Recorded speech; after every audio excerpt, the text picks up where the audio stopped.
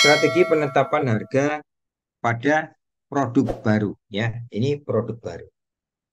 Skimming pricing adalah menetapkan harga awal yang tinggi ketika produk baru diluncurkan dan semakin lama kan terus turun harganya. Contoh di sini handphone Nokia ya. Handphone Nokia terutama kalau yang berhubungan dengan teknologi ini biasanya seperti kayak gitu. Jadi menggunakan harga penetapan harga yang menggunakan skimming pricing ya. Dia meluncurkan suatu produk baru ya dengan spesifikasi yang sudah dibuat ya. Kemudian diluncurkan dengan menggunakan ada harga di situ ya. Kalau diluncurkan produk baru pasti menimbulkan harga, ada menimbulkan harga. Nah, setelah beberapa bulan harganya itu dibilang terasa tinggi karena apa? Produk yang kita yang ditampilkan atau yang diberikan memberikan manfaat yang lebih dengan spek-spek suatu produk yang lebih besar gitu ya. Makanya di dalam makanya harganya suatu produk tersebut tinggi. Tetapi di dalam setelah kurun waktu perkembangannya berjalan, ada beberapa kompetitor yang memunculkan produk-produk baru dalam waktu yang singkat, terutama kalau handphone, HP, teknologi, komputer, ya IT itu umurnya tidak panjang, ya, di mana teknologi selalu berkembang, ya, selalu berkembang dan inovasi berkelanjutan semakin lama. eh, Memori RAM terus gigabyte-nya eksternal internal ya terus kemudian fiturnya pixelnya itu juga mempengaruhi semakin lama semakin baik ya semakin baik diikuti dengan perkembangan itu diluncurkanlah suatu produk-produk baru yang bermunculan dengan apa namanya tipe-tipe yang berbeda juga ya dengan menunjukkan tipe yang berbeda tersebut, menunjukkan suatu harga yang ditimbulkan. Tetapi dalam waktu berkurun waktu yang tidak lama, produk yang diluncurkan ini mempunyai speknya akan berkurang. Karena ada produk baru yang menggunakan spek yang lebih tinggi.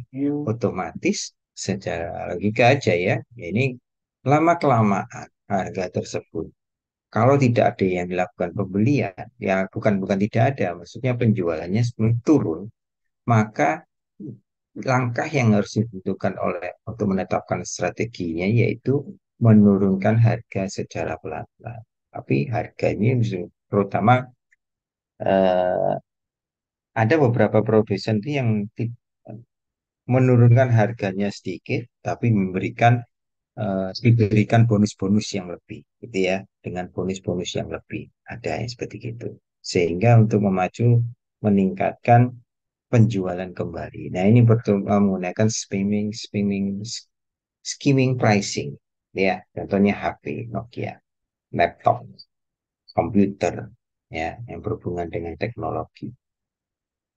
Lanjut, penetrasi pricing menentukan harga awal yang rendah, serendah-rendahnya atau mudah dengan tujuan untuk penetrasi pasar dengan cara dan juga membangun loyalitas merek dari pada konsumen.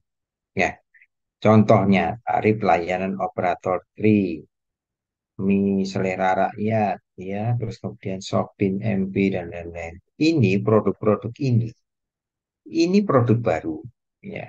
Tetapi dia belum punya merek ataupun belum pernah dikenal oleh masyarakat, sehingga tujuannya dia hanya untuk penetrasi pricing, ya, penetrasi pasar aja, ya, penetrasi pasar dengan memberikan suatu produk, mengenalkan suatu produk di dalam pasar supaya konsumen bisa mengenal produk yang disampaikan.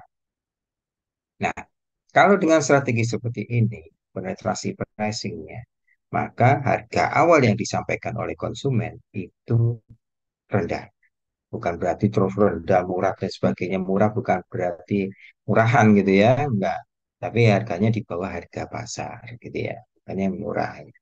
Nah, itu caranya. Supaya, loh harganya kok bisa murah, produk apa sih ini? Oh, ada operator baru, namanya apa? Tri gitu ya. Kemudian ada produk baru selera mie rasa, mie selera rakyat gitu ya. Cobalah konsumen mencoba melakukan suatu pembelian. Oh, sinyalnya gimana? Tri ini kuat apa enggak ya? Terus kemudian, nah harganya gimana? Oh lebih irit. Nah, itu maka ada pembelian ulang. Disitulah terjadi penetrasi pasar, ya, penetrasi pasar. Sehingga semakin lama semakin berkembang, semakin berkembang. Orang-orang menggunakan Tri, ya, untuk paket data. Misalkan lebih murah menggunakan Tri dengan paket data, misalkan dengan fasilitas AON, AON, AON, AON itu apa ya? Kalau nggak salah dia bisa menggunakan dalam 1 tahun ya, penggunaan paket data kalau walaupun tidak dipakai itu tetap kalau dipakai tidak dipakai ya aktifnya sampai 1 tahun AON. Jadi kalau diperpanjang lagi ya menambah akumulasi paket data tersebut. Ya ini Tri. Saya juga kebetulan pakai pakai Tri juga ya. Pakai AON jadi lebih irit lah.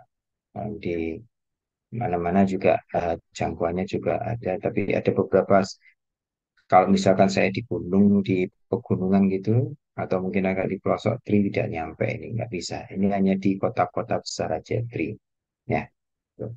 Saya akan beralih ke operator yang lain. Biasanya kalau yang sinyalnya kuat tuh pakai simpati ya. Simpati. Telkomsel gitu ya. Telkomsel lebih kuat. IM3 juga kuat ya. Ya mereka mereka kan market leader ya, market leader sehingga di mana konsumen lebih percaya karena BTS-BTS-nya juga banyak ya sehingga di walaupun agak daerah pelosok pun masih tetap terjangkau ya masih bisa koneksinya internet juga masih bisa. Oke, saya lanjut. Penetapan harga keadaan tetap atau status quo pricing adalah harga keadaan tetap atau sesuatu dengan persaingan. Artinya pembebanan harga identik dengan atau sangat mendekati dengan harga pesaing. Ya. Ini mendekati harga market leader nih ya. Mendekati harga. Untuk perusahaan kecil, harga yang sesuai dengan tingkat persaingan menjadi jalan yang teraman untuk kelangsungan hidup jangka panjang. Ya, ya menyesuaikan harga dengan para pesaing-pesaingnya. Bukan bukan paling nggak di bawahnya harga market leader ya, di bawahnya market leader. Jadi harganya stabil, stabil. Strategi penetapan psikologi, secara psikologi. Prestige pricing adalah menetapkan harga yang tinggi demi membentuk image kualitas produk yang juga tinggi. Umumnya dipakai untuk produk-produk shopping atau shopping dan specialty. Contohnya ya seperti yang saya tadi ceritakan tadi kan eh, Harley Davidson, Mercedes-Benz, jam Rolex ya gitu ya. Nah, ini produk-produk yang prestisnya menimbulkan prestis yang tinggi gitu ya. Tentunya kalau prestisnya tinggi, otomatis harga yang dikeluarkan itu juga akan tinggi berpengaruh, selalu berpengaruh. Nah, orang yang kalau mempunyai ini, ya, mempunyai kebutuhan ini, barang ini, itu sudah bisa dinilai bahwa dia itu mampu, mempunyai pendapatan yang tinggi. Itu secara umum, ya, secara umum. Kita orang secara umum memandangnya seperti itu. Karena yang beli ini nih nggak sembarangan orang, ya. Harganya pun kita pun juga sudah tahu, mungkin pasar juga sudah tahu. Kalau mengenai harga ini dengan produk-produk ini sudah nggak jangan ditanya lagi, mesti dia mempunyai harga yang eksklusif ya. All pricing atau harga ganjil. Menetapkan harga yang ganjil atau sedikit di bawah harga yang ditentukan dengan tujuan secara psikologis. Pembeli akan mengira bahwa produk lebih murah. Oke, gitu. Kemudian ada yang unit pricing, harga rabat, menetapkan harga dengan memberikan potongan tertentu apabila konsumen membeli produk dalam jumlah banyak. Jadi, potongan ya, diskon ya dia, memberikan diskon ya kan. eh, Kayak kopi saset, kopi yang sasetan itu, kopi sasetan itu kan kalau punyanya top, top kalau nggak ABC itu ya, kopi top itu eh, beli 10 bonus satu ya, atau 10 bonus dua. Nah ini kan memberikan potongan ya, bonus-bonus pada bila belinya banyak. Tapi beda dengan pembeli retail. Kalau pembeli retail kan memang harganya dihitung ya persatuan, bukan grosir. Grosir biasanya lebih murah dari harganya, ya, dari harga yang ditentukan. Leader pricing menetapkan harga lebih rendah daripada harga pasar untuk meningkatkan omset penjualan atau daya beli konsumen.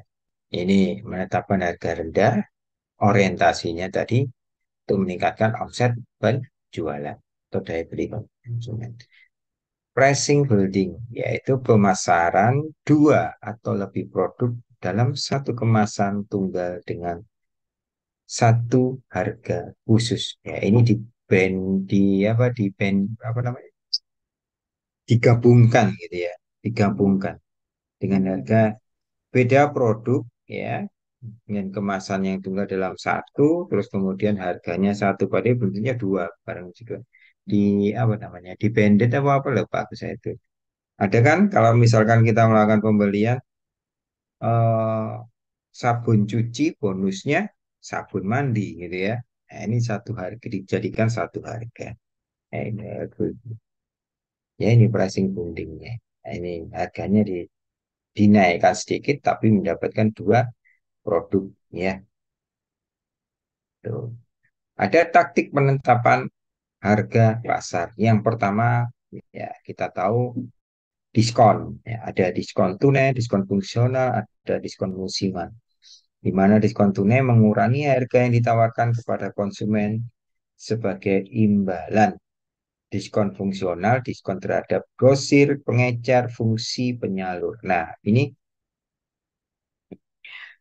diskon ini diberikan apabila grosir atau pengecer tersebut bisa memenuhi kuota atau jumlah yang dijual ya, oleh oleh grosir pengecer sehingga dia mendapatkan diskon ya. Misalkan satu satu 5 box gitu ya, dia bisa menjualkan 5 box produk ya, dia akan dapat diskon. Tapi kalau tidak bisa menjualkan 5 box ya diskonnya tidak ada. Nah, ini diskon fungsional. Kalau diskon musiman, suatu pengurangan harga untuk pembelian produk di luar musim yang berlaku. Nah, contohnya kayak musim apa? eh, eh, ini apa namanya? Jas hujan ya, jas hujan, payung itu kalau kita jual di harga pada musim-musim kemarau, tentunya harga suatu produk tersebut akan lebih murah. Ya, akan lebih murah. Kenapa lebih murah? Memang karena fungsinya kan bukan pada saat kemarau gitu ya. Pada saat kemarau. Karena fungsi-fungsi barang-barang tersebut itu dilakukan oleh pembelian sama konsumen dan digunakan pada saat dia membutuhkan. Contohnya kalau pada saat musim penghujan kayak gini, otomatis eh, barang tersebut, jas hujan, payung itu sangat dibutuhkan oleh konsumen sehingga harganya juga akan tinggi. Nah, kalau misalkan dalam diskon musiman tersebut harganya ini dikurangi karena musimnya berbeda gitu ya. Berikutnya menentukan kebijaksanaan penentuan ya ini anu aja. Pemilihan tujuan penetapan harga yang pertama yaitu kelangsungan hidup. Laba sekarang maksimum, pasar-pasar maksimum, skimming pricing maksimum, pemimpinan mutu produk ya. Ini memilih tujuan penetapan harga karena apa? Yang pertama kelangsungan hidup. Ya tentunya perusahaan tersebut juga membutuhkan kelangsungan hidup agar perusahaan tersebut bisa berkembang dan berkembang sampai dalam waktu panjang ya, dalam jangka panjang.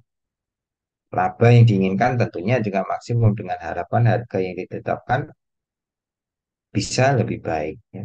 Pangsa pasar memiliki pangsa pasar ya. Terus kemudian skimming pasar menerapkan harga yang paling tinggi dulu. Nah, ini skimming tadi kan gitu kan, meluncurkan produk baru dengan harga yang paling tinggi kan tadi. Meluncurkan produk baru dengan harga tinggi ya, terus kemudian dia perlahan-lahan menurunkan harga produk tersebut secara bertahap. Kepemimpinan mutu produk. Ya, ya, ini banyak juga sekali. Ada kepekaan harga, perkiraan kurva permintaan, ya. Ini elastiskah harga tersebut dari permintaan, gitu. Ini elastis dan elastis, ya. Nah, ini penetapan harga. Penetapan harga markup dengan rumus harga pokok produksi HPP ditambah biaya ditambah overhead. Ya, biaya barang, bahan baku, ongkos angkut, dan lain sebagainya. Terus kemudian ditambah biaya iklan, ya, ini biaya penjualan, biaya overhead, ini ya, biaya penyimpanan, gaji, pajak. Ya.